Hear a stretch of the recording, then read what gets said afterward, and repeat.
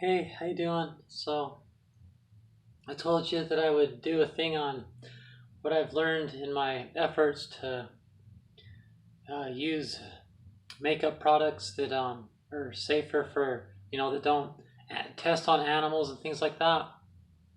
So, in my research, I realized that two brands that are quite available, you might have to go to Walmart, but are quite available are Elf and NYX. So Elf and NYX, because like sometimes it's really complicated, because sometimes they say they don't have animal testing, but then they get it from China and they still do or something like that. I can't even remember right now. You have to research who really is, because like there's even lying out there. It's a pretty messy thing actually. It's it's anyway. So Elf and NYX, but it's I still haven't quite perfected it because like okay, first of all, I use oil of Olay, the complete daily moisturizer. This is just really important to me, So like, I don't even know if the company of Olay does animal testing. So it's hypocritical, so I'm doing this in order of how you do it. First, you put on the moisturizer, and the first one. Sorry, Angie, you didn't do it. I mean, maybe oil of Olay doesn't do that, but not likely. You have to earn these things. You don't just stumble upon them. But I guess it's possible. But I've tried other moisturizers, and in my case, it really matters. Like they're not all the same. Some are just don't work. But then I use Elf Poreless, the Elf Face Primer, the poreless kind. It's this purple color. This stuff is beauty. This stuff is like oil of Olay, and then you follow it up with this. It's just like you're gonna love it. It's a great combination. So Elf, pass the test on the primer. Good job, Angie. Pass the test on that one. Then I call it the trilogy. You got your moisturizer, your primer, and then your liquid foundation. NYX. So I use the Can't Stop, Won't Stop full coverage foundation. I use the honey colored. So like what I do is it might not be as unique as I think, but I think I invented this. I do a slightly darker color for my liquid foundation, and then a slightly lighter color, also NYX the powder, for my powder foundation. Okay, and this one is natural, the natural color.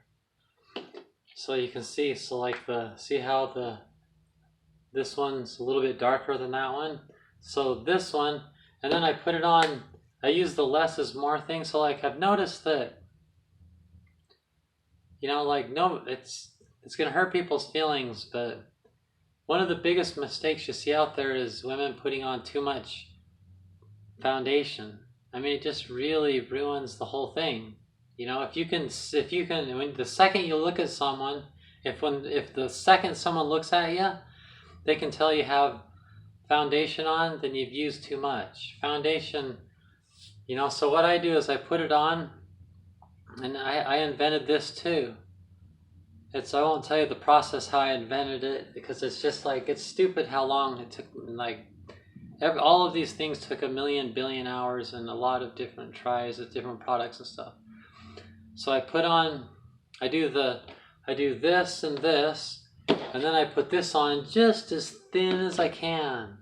Then after I'm done, I go like this and wipe it down so it's even thinner, so it's just barely on, And to appreciate that, you have to notice that it does it. You can still see, like if you have zits and red dots, you can still see them. It doesn't cover them up, but you just have to notice how much better it looks. It covers it. It does a lot.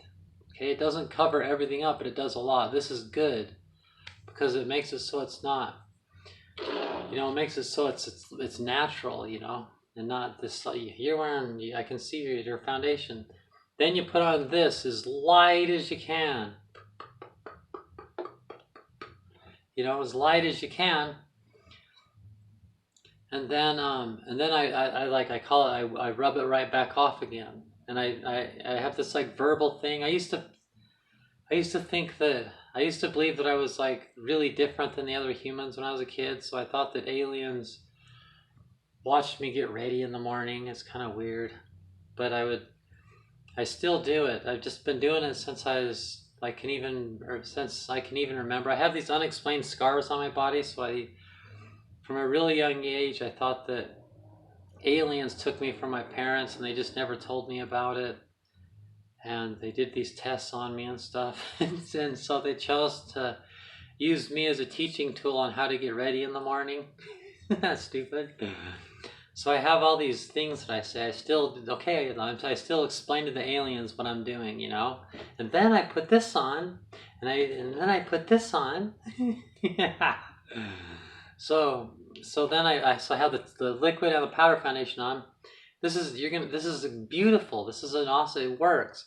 Then you rub it off the areas that when you look at someone that has too much foundation, it's the areas that you look at a person's face. When you look at a person's face, you look at their eyes, you look at their nose, you look at their mouth and chin, and you look at their, in my case, you can't see my forehead, but just like around the eyes, around the nose, and around the mouth. And then these areas you don't even really look at.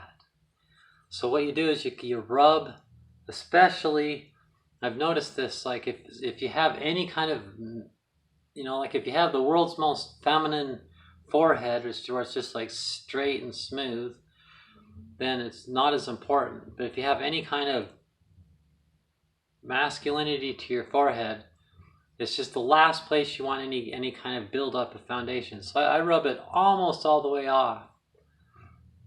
I guess I will kind of tell you. So like I just discovered that like I'd look at it and I'd go and so I'd rub it off, and then I would decide to just clean it off with makeup remover wipe. I go, nah, I'm just not going to wear foundation today. I went through a phase like that.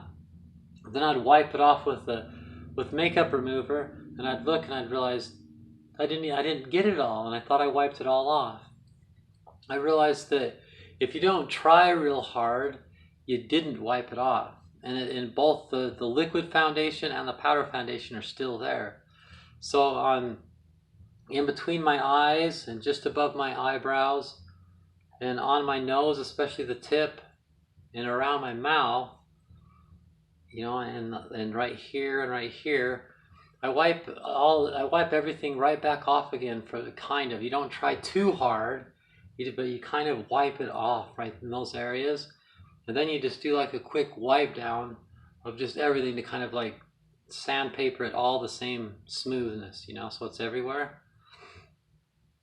And your skin looks different. You did something, you'll realize that. With time you'll realize that it did a lot. But yeah, like if you look at me, see that? Look at that. I look terrible today because Sundays are the day that I pluck all my facial hair out. Because I still shave a little bit, but mostly I pluck things, especially on Sundays, and it lasts about 7 to 10 days. So if every week I just pluck the hell out of my face, then since Sundays don't matter because I'm just inside and no one sees me, it has red sores because it's just really rough on your face, plucking a bunch of hairs out of your face. So I always look extra hideous on Sundays, so that by Monday when I go back to work, if I don't touch my face, it'll go back to normal again, and I won't have very many facial hairs for the whole week, So right now it looks really bad, but even though it looks really bad, see those dots? Can you see, like a trained eye can see that I'm still benefiting, but yeah, you'd be all benefiting, I can still see the mistakes in your skin. Yeah, but it would look a lot more red. It's doing as much as it can. And if it started doing more, it would look gross. Okay. So anyway, so out of those 4 products we've used so far, 3 of them are past the test. No animals were injured. Okay. Now I use e.l.f. eyeshadow. You know, you guys already have your routine. You know, I like pink. I put some pink right there and some white just below the eyebrow, and some dark purple right here, and some tan in the crease. I don't use very much makeup, okay? And so I use the Naturals one. I usually use my tweezers to open it up. Have you ever wondered why they make these so hard to open? Gosh damn. And it's so sucky because if you drop it, then it might break and fall. Maybe that's why they do that. The powder stuff can fall and it ruins it. It crumbles it apart. Now it's ruined. You know, really. But I just did it because I have my fingernail. See, that's my thing is like pinks and dark pinks into purple with tans and white and then black. If I try to dress up extra, I'll put some black right in the corner. But I usually just use dark purple. Make it real subtle, see? So I'm still that same look. I mean, it doesn't even look like I wear eyeshadow, but it looks a lot better. I definitely do. So it's e.l.f. This is Mad for Matte eyeshadow palette, and they have other colors. Pass the test, Angie. Good job. So now we've got 1, 2, 3, 4, 5 products, and 4 of 5 are all pass the test. No animals were hurt. Okay. Then I put some pink blush on my cheeks. e.l.f. Pass the test. Good job. So still no animals are hurt. Just maybe with the Oil of Olay moisturizer. Eyebrow pencil, NYX Precision Brow Pencil. It's like a thing and you turn it and then let's see, the thing comes out. And this one I like pretty good. I use the charcoal kind. They didn't order some. When I went there, they had like all the colors mixed up in the thing, and so that the person that orders it just counts how many's in each square. Then each square is supposed to be a different color, and so they're not ordering all the different colors. So I took time and I put them in the right slots. So hopefully they'll make they didn't order my color, which is charcoal. I either wear like black or charcoal. Charcoal's a little bit lighter, so it's a little more subtle. See, I'm in subtle and natural is what looks good on me. Okay, so now I have, and then my eyeliner's tattooed on, so I don't really need to even do my eyeliner on a typical day.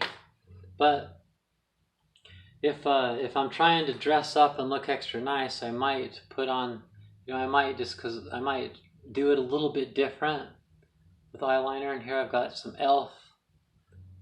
Eyeliner, and it's see, it's like a little really fine paintbrush kind. I don't know what it's called. This is charcoal. Yeah, I use blacks and charcoals and pinks and purples. Except, and then the only thing I haven't done is I don't do any contouring or anything. I just keep it simple. It takes me 10-15 minutes to do my makeup. I don't really spend any time on my makeup really. There was a time I was spending like over an hour, you know, but now 15 minutes, I usually spend like between 10 and 15 minutes, usually like probably like 12 or 13. Then, you know, of course I curl the eyelashes and then put on some mascara. So I've tried NYX mascaras and e.l.f. mascaras, and they're just like, yeah, I just don't like their mascaras. It's just so like CoverGirl. This is a CoverGirl Exhibitionist. You know, for me, like I like the ones that are really dark. This is like extra black, right? Like blackest black or something. I can't read it from here, but I get like the black mascara that's like as thick as possible, fudge thick, extra, you know, like that. but not if it means they're going to be too creative about the brush. I just kind of like the traditional brushes. I've tried using the curve and all the weird shapes of the brushes, and I just don't, those kind just never work good for me. I like traditional brushes with really dark, thick, fudgy stuff. And this one is CoverGirl. CoverGirl is horrible. They test animals like crazy. So, of all the different products I use, only 2 of them, and I'm not sure about Oil of Olay, but I would have to be really lucky for that. But this one definitely was tested on animals. So I just haven't quite mastered it 100%. I need to find a moisturizer and a mascara that I like that doesn't get tested on animals. The mascaras are, I don't know. I got a ways to go, but I've cut down the animal testing quite a bit. So I use 1, 2, 3, 4, 5, 6, 7, 8 different products, and 6 of them don't test on animals. So I'm like most of the way there. Anyway, hopefully that helps you. You can, maybe it'll help you. I don't know.